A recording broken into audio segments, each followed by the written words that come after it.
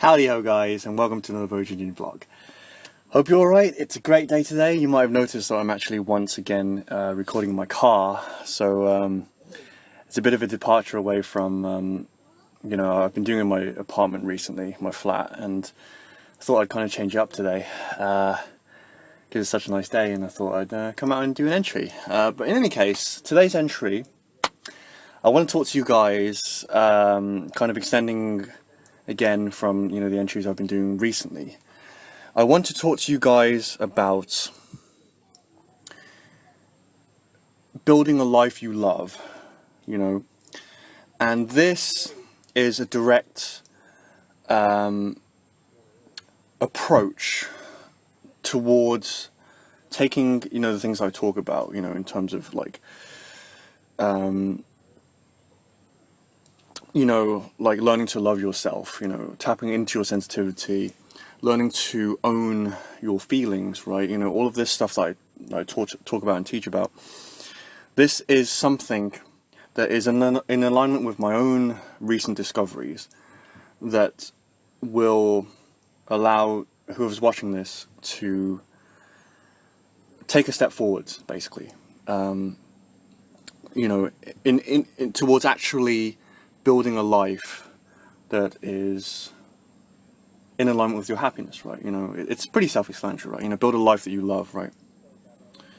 Because what stops most of us from building a life that we love, because, if it's such a simple idea, if you want a life, that you love, you have to go out there and build it. You have to think about what entails a life that you love and then go out and start to build it, right? But like, what stops most of us from actually, starting and building a life that we love, It's, things like the idea that the world is a scary place, it's friends, it's family that, that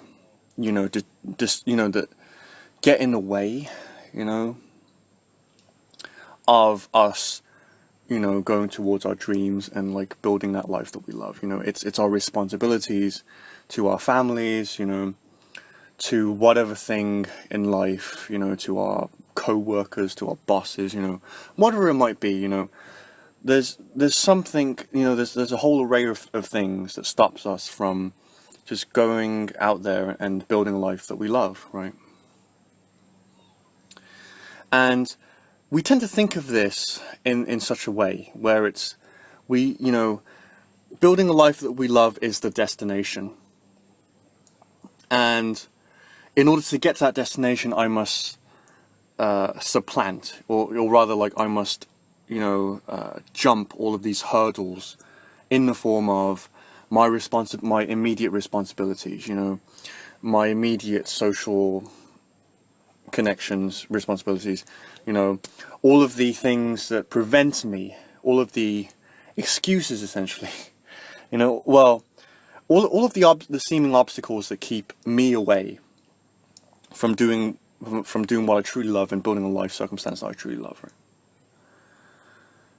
I'm actually here to tell you in this entry, and of course when I say that, it's merely me providing you with my own advice, like, it's up to you whether or not you follow any of the advice that I give in these videos, like, it's just, it's just something that I believe, is helpful if you are someone who wishes to live a life of happiness and love and freedom, which are the values that I espouse in my own life in this channel. I'm here to tell you in this entry that, a lot of us have it backwards, A lot of us actually have things backwards, The idea that a life that we love is the destination, and we have to get over all of these obstacles that are immediately in our way in order to get to that destination, is thinking about things backwards, right? If we think about things in that way, we're never gonna have an opportunity to get started. There's always going to be something in the way of us doing what we love, right? Because we ourselves, in thinking that doing what we love is something that we have to get to after we, jump over all of these obstacles right in front of us, that is actually us getting in the way of building a life that we love. Right? Rather, we should be thinking of it in terms of, what can I do right now that contributes towards doing what I love, towards building a life that I love, right? What are my interests? What are my passions? What can I do right now that is simple? It may not be what I've thought up of as, the thing that I need to do in order to be successful, quote unquote, in the areas that I'm passionate about. No. What are my interests? What small things can I do right now that will enable me to do that? And that's the way that you approach it, right?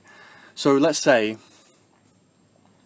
that you love, using an example of my own life, you love music, right?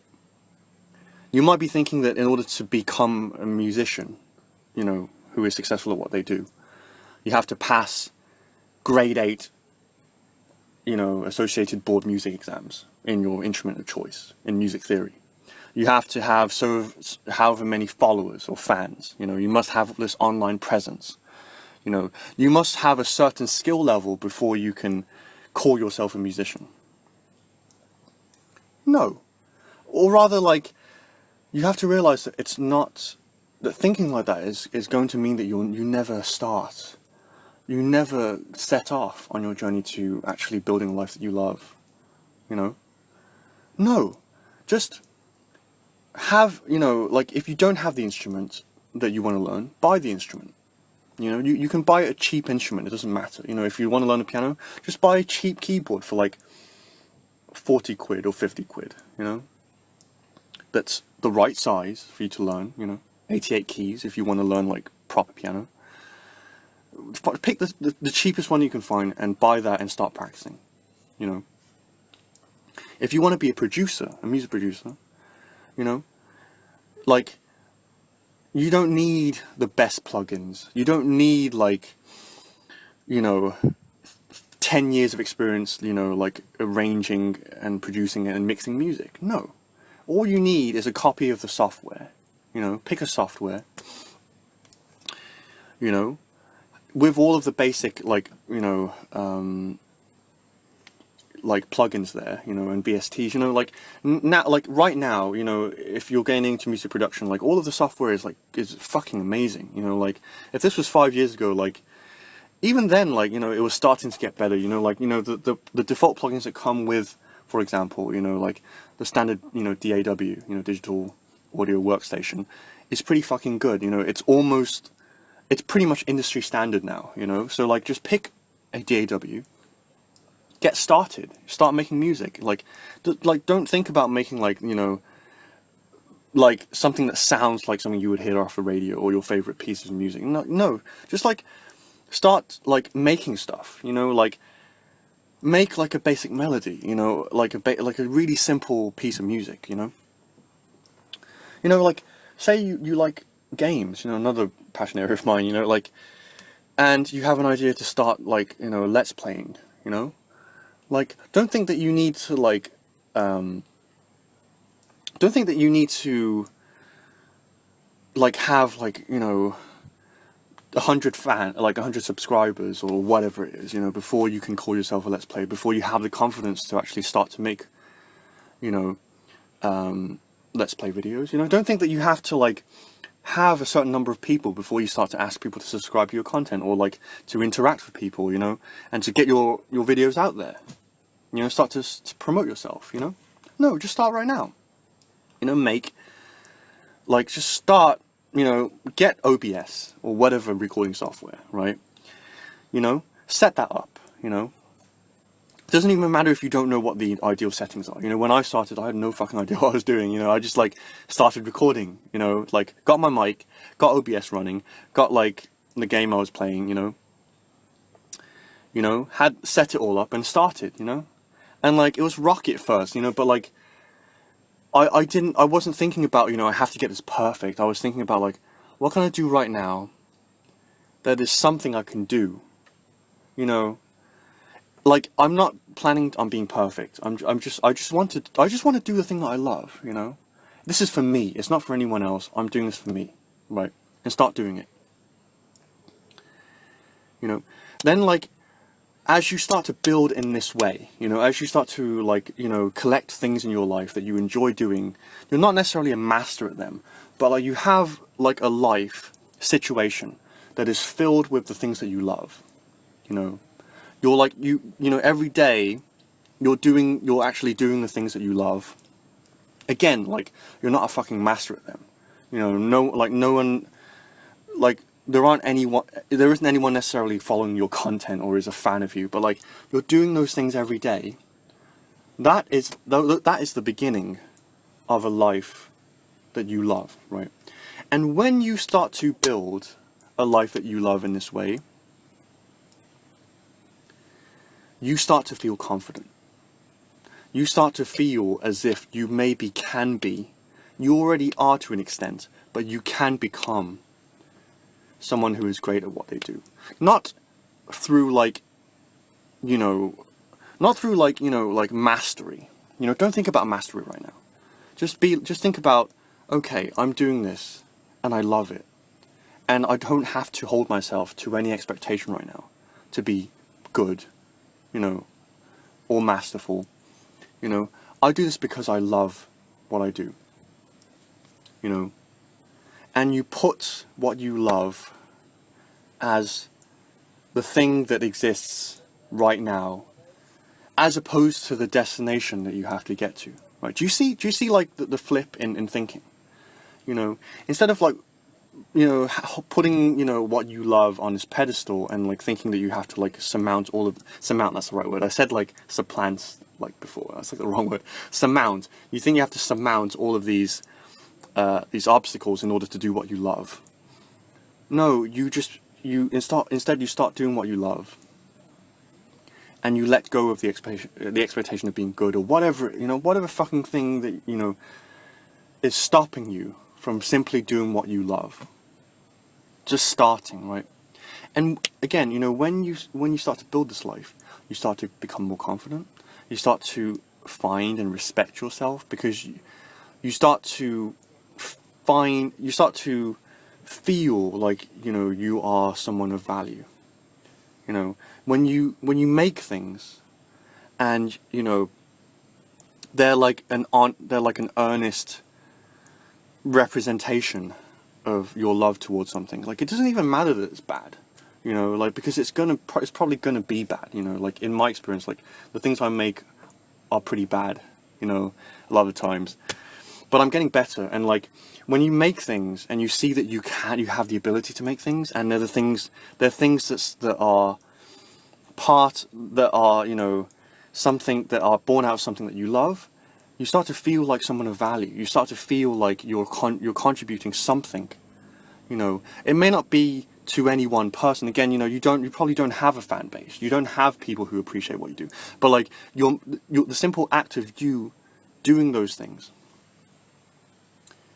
is enough to give you the confidence to finally start on the journey towards building a life that you love and becoming masterful at what you love, right?